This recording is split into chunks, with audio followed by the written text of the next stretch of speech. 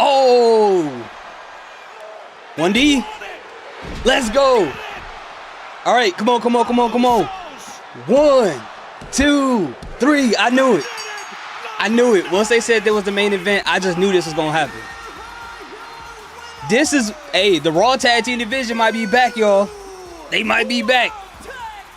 Let's go. So the Usos are our new World Tag Team Champions, and guys, I love this. I love everything about this, and I'm gonna tell you guys why. I also think I know exactly what they're going to do next. It's kind of obvious, but before we get into these predictions, let's just talk about why I like this whole situation. Now, for one, just by them winning the World Tag Team Championships, personally for me, this just breathes new air, new life into the Raw Tag Team division that's been slowly dying and dragging and, getting boring. It doesn't even feel like it existed, from the Judgment Day having meaningless title reigns with barely any defenses to weird bookings to, so many other things. And I think this absolutely does this. Now, I do like AJ Styles and Dragon Lee, AJ Lee as you guys like to call him. They are both great competitors. AJ Styles obviously is a legend, but they haven't held the title long enough to bring it any prestige. And in this division, we're like wondering, where's the War Raiders? Where are the Creeds? Where are so many other people? Like it just feels like a lot of things are missing.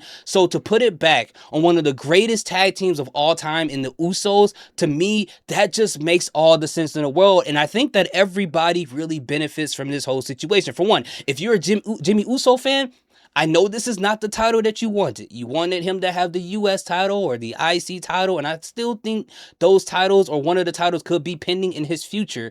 But at least he has a title nonetheless to keep him on TV on a week-to-week basis, right? And then when it comes to Jey Uso, I know this probably isn't the title that most people wanted him to have, right? But he's already had the IC title. He's already had the World Heavyweight Championship. So at this point, I think that WWE doesn't know what to do with him. All they know is that we got to have this guy on TV because he's over to keep him selling merch, and we got to put some type of title on Jey Uso, and the tag team titles just made sense, right? Because a lot of people complained about Jey Uso's in-ring work, and they feel like he's better as a tag team, and pairing him back up with Jimmy, this makes all the sense to the world. Again, to put the tag team titles on some tag team legends, and for people like myself to see them being the center point of a tag team division is really nostalgic. It just makes all the sense in the world. Now, when it comes to what they're probably going to do with this whole situation, I think this is what's going to happen.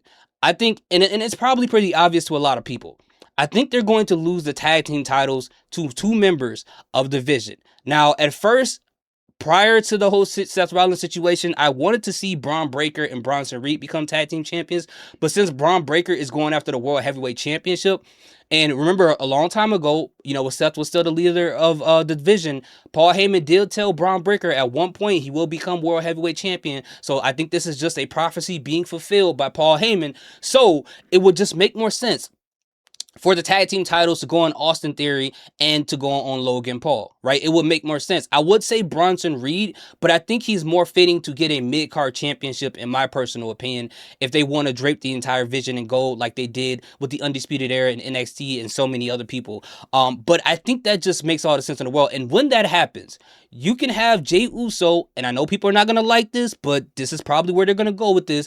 Jey Uso turn on Jimmy Uso for costing him the title, creating friction between the two. And I know we've already had this situation where it was brother versus brother. I know that WrestleMania match gives a lot of people PTSD because it was terrible. But maybe this time around they could figure out something better. Maybe this time around they could build a better storyline. And remember, the whole thing between Jey Uso and Roman Reigns, where it seems like Roman Reigns was approving Jey Uso crashing out. And some people will say, well, it doesn't make sense. Jey Uso is one of your biggest babyface. Why turn him heel? They've been teasing this over and over and over, and they've been wishy-washy. One day he's fighting the Prime bottles. The next day he's eating with his brother. Like all this stuff. It's like, okay, we need to do something that makes a lot of sense, and it's a whole lot of fun to see. And I think Jey Uso turning on Jimmy and Jimmy not liking the influence that Roman has on Jey will be a great storyline. And I know people are tired of the whole bloodline situation. We've seen this before where Roman, were pitting the brothers against each other, whatever the case may be. But I honestly believe that the best storylines with the Usos are told when both of them are involved, from the bloodline situation with Roman Reigns years ago, or the best part of Jey Uso's title reign, in my personal opinion, where Jimmy Uso was being tortured, being tortured by Gunther in front of his brother. Like that thing brought new life into that title reign. So the best stories are always told when the brothers are together. And if Jey Uso becomes like an apprentice to Roman Reigns and becomes this monster that Roman can't control, and Roman's like, oh, I didn't want him to become this. I just wanted him to be confident in himself. And Jimmy can have a problem with it as the process goes on. And Jey can look at Jimmy like, you don't want me to be successful. I'm trying to be the best that I can be, and I'm tired. You cost me the title. You've always been dragging me down. I can't reach success because you're around, or whatever the case may be, and that can create conflict between the three of them.